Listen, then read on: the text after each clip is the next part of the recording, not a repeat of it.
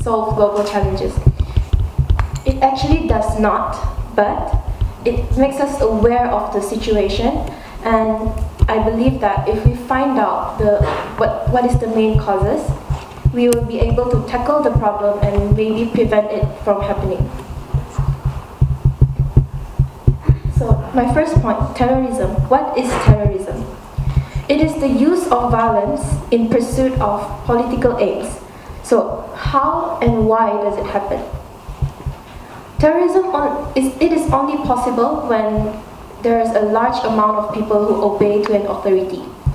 Why do they do that? What drives them to obey the authority? So before that, I will introduce this man to you. His name is Adolf Hitler.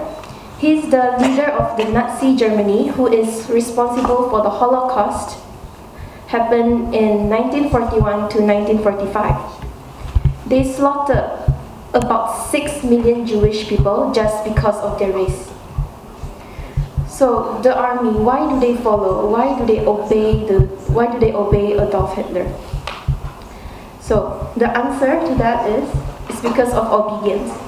Obedience is a social influence, and it says that individual acts in response to order given by an authority.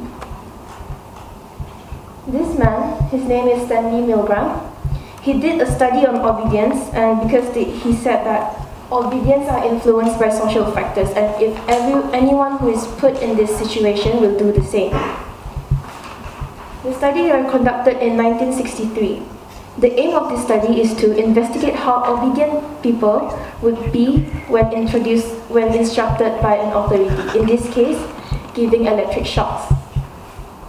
The participants, there are 40 males aged 20 to 50 years old, and they have a wide range of occupations, and they are recruited via the newspaper.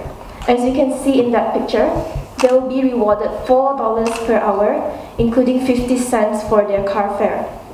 They are told that the money are simply theirs just simply by coming to the lab. They are being told that they are participating in a study of the effect of punishment on learning. So the procedure, participants will then draw slips of paper from a hat to determine who will be the learner and the teacher. But however, the drawing was rigged, because both papers will have the word teacher. Then, after the drawing, both learner and teacher are brought into an adjacent room where you can see in that picture, the learner was strapped onto an electric chair with electrode attached to their wrist. Electrode paste was also applied to prevent blisters and burns. The experimenter will then explain to the teacher that will then be explained to the teacher that the strap used are to prevent excessive moving when electric shocks are applied. To improve the credibility, the teachers are given a sample shock of 45 volts on their wrist. The shock generator generates electric shocks from 15 volts to 450 volts. This is an example of the generator. Participants are then instructed to read a series of word pairs to the learner, and participants then will read one word and along with four terms to the learner. And then the learner are then to identify which four terms are matched with that word given. They communicate by pressing four switches in front of him. Participant instructed to administer shocks and increase 1 voltage each time the learner gives the wrong answer. Subjects are instructed to announce the voltage level before administering shocks. The learner, in this case the actor, are instructed to show signs indicating that he is in pain throughout the experiment. At some point, the participants will turn to the experimenter and ask for guidance and said that they do not wish to go on. Then, prods will be given by the experimenter to convince them to go on. These are the prods given. The prods are made in sequence, and if the participants still insist for stopping the experiment after prod 4, the experimenter will go back to prod 1. And the tone of the experimenter will be constantly firm and impolite. The results. It's more than half of the people went up until 450 volts. And all subjects went on to the 300 volt mark. 14 of the subjects refused to go on at various levels of 300 volts. In the experiment, most participants protested, but the prods given are mostly enough to convince the participant to continue. At the end of the experiment, participants are asked to rate the pain felt by the learner when administering shock on a 14-point scale. The result, the mean was 13.42. So, they do believe that the learner was being shocked and they're in pain, but why do they still continue administering shocks? This is because when an individual are put in a situation where they do not know what to do, they'll simply just follow the instruction. So, moving on to my last point of my presentation, it's discrimination. What is discrimination? It is the categorizing of people because of our prejudice. This usually occurs when there is a social competition among us, and eventually, when there's a social competition among us, we eventually develop a mentality of grouping people together. In this case, people in the outgroup, we will think that people in the outgroup have different features from us, then we will develop the prejudicial thoughts, and then we may act negatively towards them. So the question is, how is it easy to get people to discriminate against one another? Henry Tajfel, he proposed that groups which people belong to were an important source of pride and self-esteem, which the group will give them the social identity in this world. And also he proposed that stereotyping is when we exaggerate the difference between two groups and the similarity of people in the same group. Therefore, he conducted 2 short studies. Study 1, this is to test the idea of prejudice and discrimination that can occur between minimal groups, which are groups that have no history or competition. Next. It is to prove that categorizing people will cause discrimination and in favor of their own group and against the member of the outgroup. The participants will be 64 boys aged from 14 to 15 years old, which are from the same school and the same form. Boys will arrive in separate group of 8, and they were told that this was an experiment for visual judgment test. And they are being asked to complete a visual judgment task. And then they will be divided into 2 groups, 16 participants each. Each boy will independently complete a booklet of penalties and rewards to allocate points to the boys indicated. So the results, fair rewards are given to both groups, and more points were given to the in-group than the out-group. Study 2, this is to validate study 1 by using different criteria for categorization. The participants will be 48 new boys, and same as the first study, they will be 14 to 15 years old, from the same school and the same form. The procedure, the boys again arrive in separate groups of 16, and they are told that the study is about their preferences for 2 foreign artists named Klee and Kandinsky. Then they will be viewed 12 slides, which is 6 by Klee and 6 by Kandinsky, and they're asked to choose their favorite painting, and they'll be divided into 2 groups. But the truth is they're actually randomly divided. Each boy, same goes for study 1. They'll be asked to complete this matrix, and then to allocate points for the outgroup. So So the results. The boy tried to maximize the differences between two groups, even if they meant less profit for them. So what does this show? It shows that outgroup discrimination was actually easily triggered even there is no intense competition among them. So one of the famous example of discrimination is, as you all know, is racism. So I have a piece of advice to you all. Be like a panda. They're black, they're white, and also Asian. Thank you.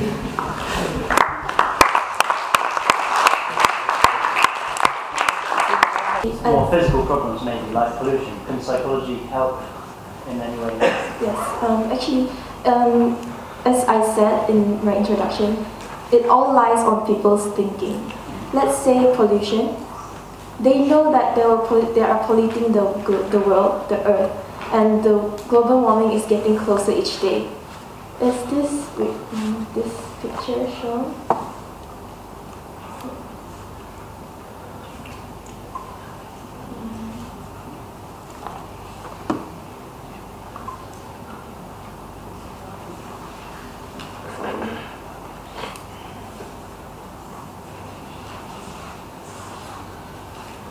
As this picture shown here, in the middle picture, you can actually see people are like burning the earth. So if the psychology really applies to this, is they can actually find out what happened, what do they think, what drive them to do this.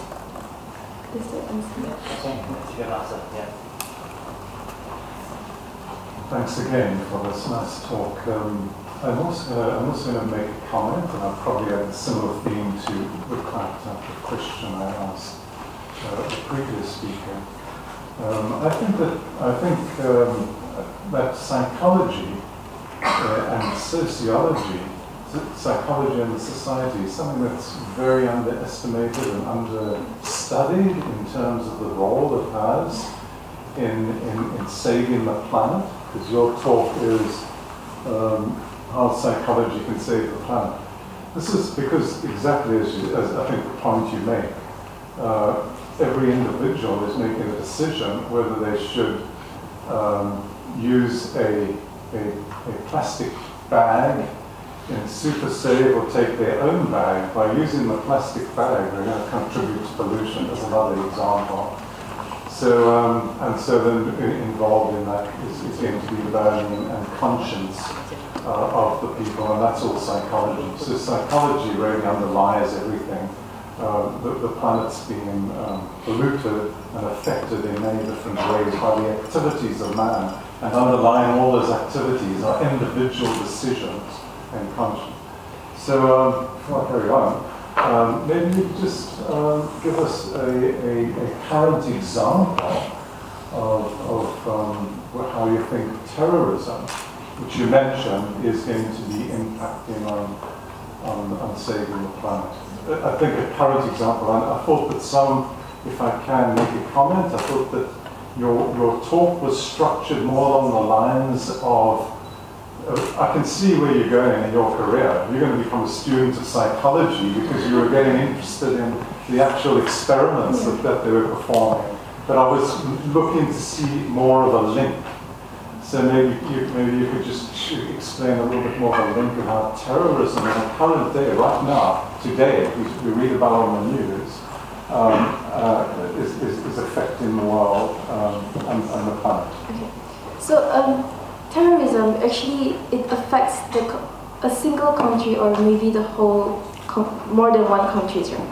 Because terrorism is when they go into a country and then they use violence against them. And maybe, let's say, the recent one, IS, they are trying to, they're considered terrorists, and it affects the culture, the races, and people become racist because, sorry to say, but people become racist because of the things IS do.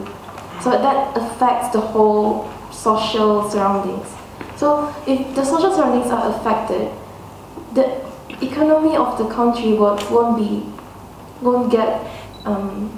won't develop more properly because they might lose trust or against each other. I think that's an excellent example. That was the example that I had in mind, was ISL.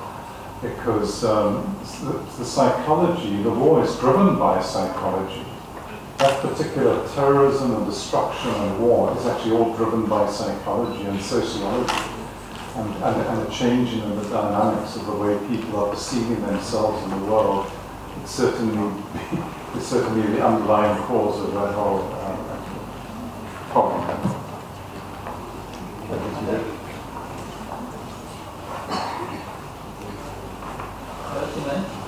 Thanks again for your talk. At the beginning you mentioned something about terrorism, which I'd like you to explain again. You mentioned that terrorism is something that is done by a group of people obeying authority. Is that correct? Yes. So are you saying that terrorism can only be done when it's in a group? So don't you think terrorism is also possible done by an individual, not just a group? If it's done by an individual, how would that individual carry out his terrorist plan? So imagine, there is an example that a person just starts shooting people. Is that not considered terrorism? If it's that case, I would refer that case as he developed hatred towards this maybe a group of people. That's why that hatred leads him to do such things. So can you explain again what's your definition of terrorism? Terrorism is the use of violence in the pursuit of political aims.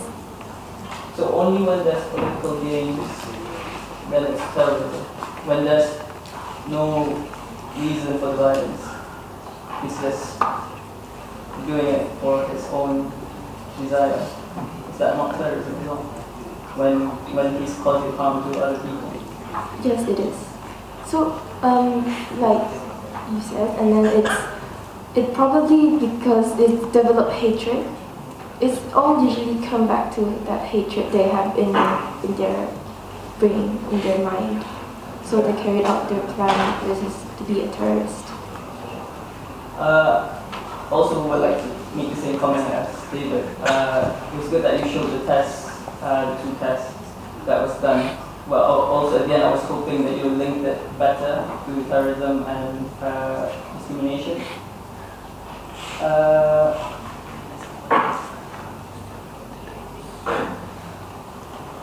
I have another question. But do you have time? I don't think so. Thank you very much.